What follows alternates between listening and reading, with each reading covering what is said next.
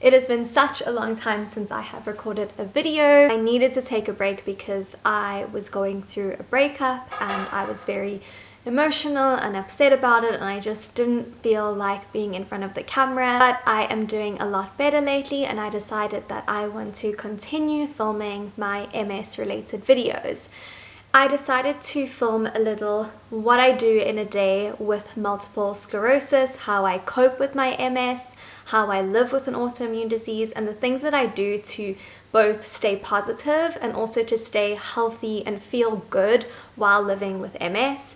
I am a master's student, and so I spend my days working on my university work. I also teach yoga, and overall I feel like I live a very healthy life. However, I still suffer with MS symptoms like brain fog and fatigue, and I thought it would be interesting to just show you how I get through it during the day and what I do to help combat the MS symptoms, as well as how I stay positive and have a healthy mindset about MS. I was diagnosed before my 17th birthday, so I have lived most of my life with MS, and so this is just my reality and my lived experience. This is how I keep a positive mindset and how I stay healthy while living with MS, and honestly everything that I've been doing really works for me. So I'm going to share all of my tips on the foods I eat and things that really help me with brain fog and help me get through the day, and then also my mindful techniques, how I cope on a mindfulness level and how I keep a positive mindset and attitude while living with the disease, while living with an autoimmune disease, which I think is really important. Even if you don't have MS, if you have any autoimmune conditions, this video will really help you. So to begin, I wake up in the morning and I often feel really tired no matter how much sleep I have. I think this is just a condition and a symptom of MS, and I've spoken to other people with MS, and it seems like a lot of us wake up in the morning and really have low energy. So to help me feel better about the low energy and just begin my day, I like to get light first thing in the morning. So I'll open the curtains, step outside, take a breath of fresh air, and this really helps set my circadian rhythm and just tell my body that it is daytime and it is time to wake up. Another thing that I like to do, which is on a mindfulness spiritual level, is I like to spend the morning doing my gratitude journal. This is really important to me. Around the beginning of the year, most times, I've now had MS for many years, and I often feel, especially in like January, February, March, a little bit existential about a passing year and having a disease, and I start feeling a little bit down. And so my gratitude journal has been an important part of my practice, helping me with my low moods, my bouts of depression and anxiety, and also just cope with having a disease, because it can be sometimes quite difficult. Overall, I feel really positive and have quite a healthy relationship with having a disease. I definitely don't dwell on it. I am a very positive person, but I, like anyone else, can struggle with depression and anxiety, whether it's related to my disease or not. Just being a human on the planet, I sometimes struggle with depression and anxiety, and that's just my disposition. And so having a gratitude journal has been so important for me. And so every morning I wake up and I do my gratitude journal. The thing I like to do in the morning is another sort of mindful practice. So whether this be reading a positive self-help book, whether this be more journaling, whether this be pulling tarot cards or oracle cards, meditation, or taking a nice long walk, I like to do something that is mindful alongside my gratitude journal. Lately I've been reading this book, and it's really been helping me with my mindset, and it's basically about how we can rewire our brain and program ourselves to honestly just think positively, because most of our programming is negative. And so this helps with living with a disease, because it's important to not over-identify with being sick. Rather to say that you are healthy and every day you are doing your best, and this really helps with just that whole positive mindset and helping you live life better. This is also important for anyone, even if you're not suffering with the disease, to have a positive mindset. And so this book has really been helping me shift the way I think and rewire my brain. I can achieve my dreams and just overall have a high level of self-esteem. So I like to do my gratitude journal from bed, and when I wake up in the morning I just open up to a new page, and then I begin writing my meditation. I'll never catch him while I'm this small. Curious butterflies. You mean bread and butterflies? Oh, yes, of course.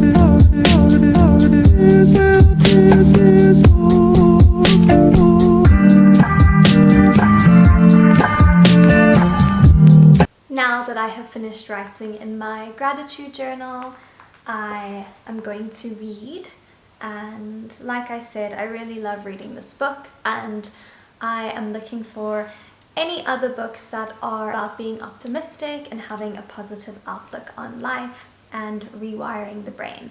I find it very interesting.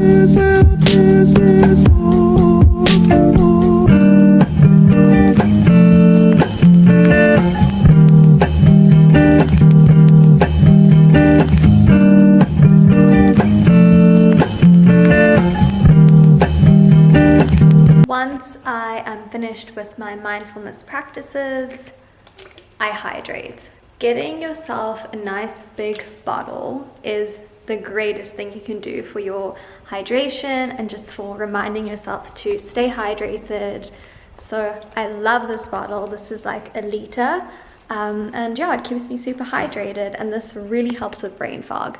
I really like to drink a lot of water in the morning because when I wake up, like I said, I'm quite groggy. I can sometimes have a lot of brain fog. I can still have fatigue, even if I've gone for a walk or done something active, which really does help, by the way. But mostly what I found really helps is hydration. So I take my liter bottle of water, and you can put lemon in or mint or whatever you want to add to that, and make sure you drink quite a lot in the morning. So I usually eat breakfast quite early on, and that can be anything from eggs to avo to honestly anything. I like to have protein and something savory in the morning because that helps my brain fog. Then I drink my water and get started on my university work.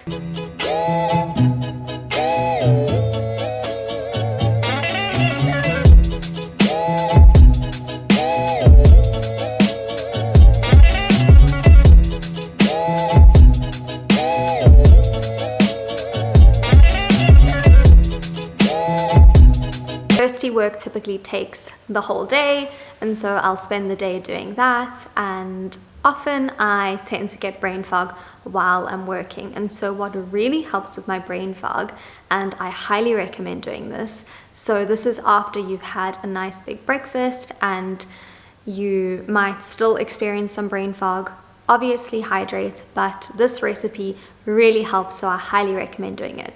So first of all, I have a teaspoon of coconut butter. The fat in the coconut butter is really good for inflammation, and it has a lot of benefits, so that really helps my brain fog. And then I have a bulletproof tea. I don't drink coffee, caffeine doesn't agree with me, so I make myself a bulletproof tea. So what this is basically just English breakfast tea and a big tablespoon of coconut oil. When I'm experiencing a lot of brain fog, I'll have a teaspoon of the coconut butter and the coconut oil together. So I'll have a teaspoon of the coconut butter, then I'll make my bulletproof tea, and that really helps get me out of a slump. This is how I make my bulletproof tea. It is super easy. If you drink caffeine or matcha or even herbal teas, you can do it with any warm beverage of your choice. I forgot to mention this, but honey also really helps with brain fog. This is the brand of coconut butter I use. It's almost finished and I just have a teaspoon of that. So I just pour the hot water in, and then I let my cup of tea brew. Here's the coconut oil, and I just stir that in. I use some oat milk. I pour that in the tea. This is how the tea looks. So you can see the oil. If it grosses you out, just close your eyes and drink it. I promise it helps. So now I drink my beautiful brain fog magic elixir bulletproof tea, and I continue on with my university work. I promise that this stuff is like magic. It really, really helps.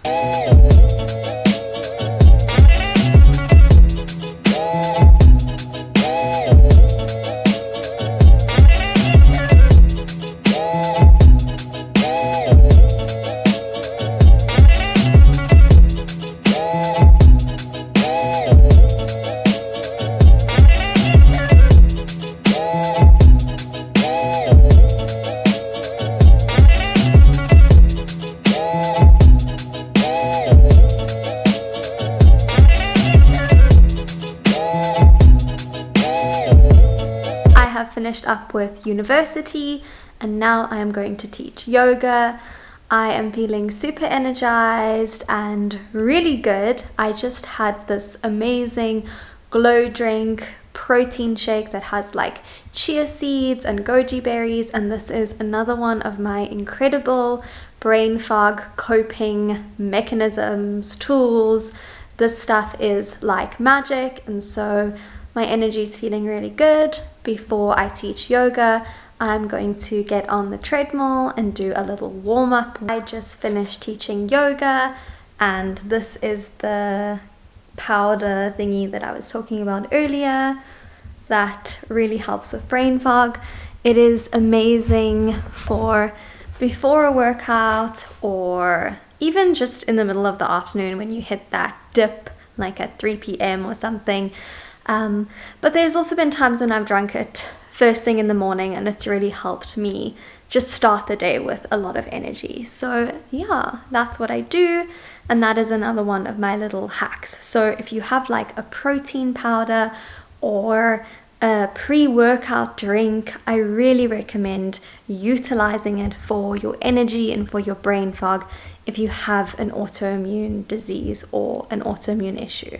I just ate some dinner and I watched some series after I taught yoga. I've just been having like a nice relaxing evening, and now I am going to have a little evening ritual. So part of having a positive mindset and just coping with living with a disease is to really nourish myself. And so some nights that is resting, watching series or a movie and just relaxing. But I also like to pair that with something spiritual and mindful, so that I'm not just numbing myself or distracting myself watching series. And this goes for everything. It isn't just about having an autoimmune disease. I think in everyday life, we often find things like media, social media, series, all sorts of things to, I don't know, just distract us. There's nothing inherently wrong with doing any of this, but I find that if I spend too much time doing that kind of stuff, I don't always feel so good at the end of the day. And so I like to balance it. I like to have a perfect amount of entertainment and fun, and then I also like to balance it with some mindfulness and wellness activities, which I really find help me cope with life as a human and also with living with a disease. All of these things really dramatically influence how I feel, how I relate to myself on a soul level, as well as how I feel in terms of my self-esteem, my self-confidence, and just my general well-being as a human. And so now I'm going to have a little wellness evening. I'm going to run a bath, I'm going to do some journaling and some reading and some stretching just to end my day on a positive note. And I also have my evening reflection, which is part of my gratitude journal that I began my day with. So I begin my day with gratitude and I end my day with gratitude, and this really helps me live a positive life.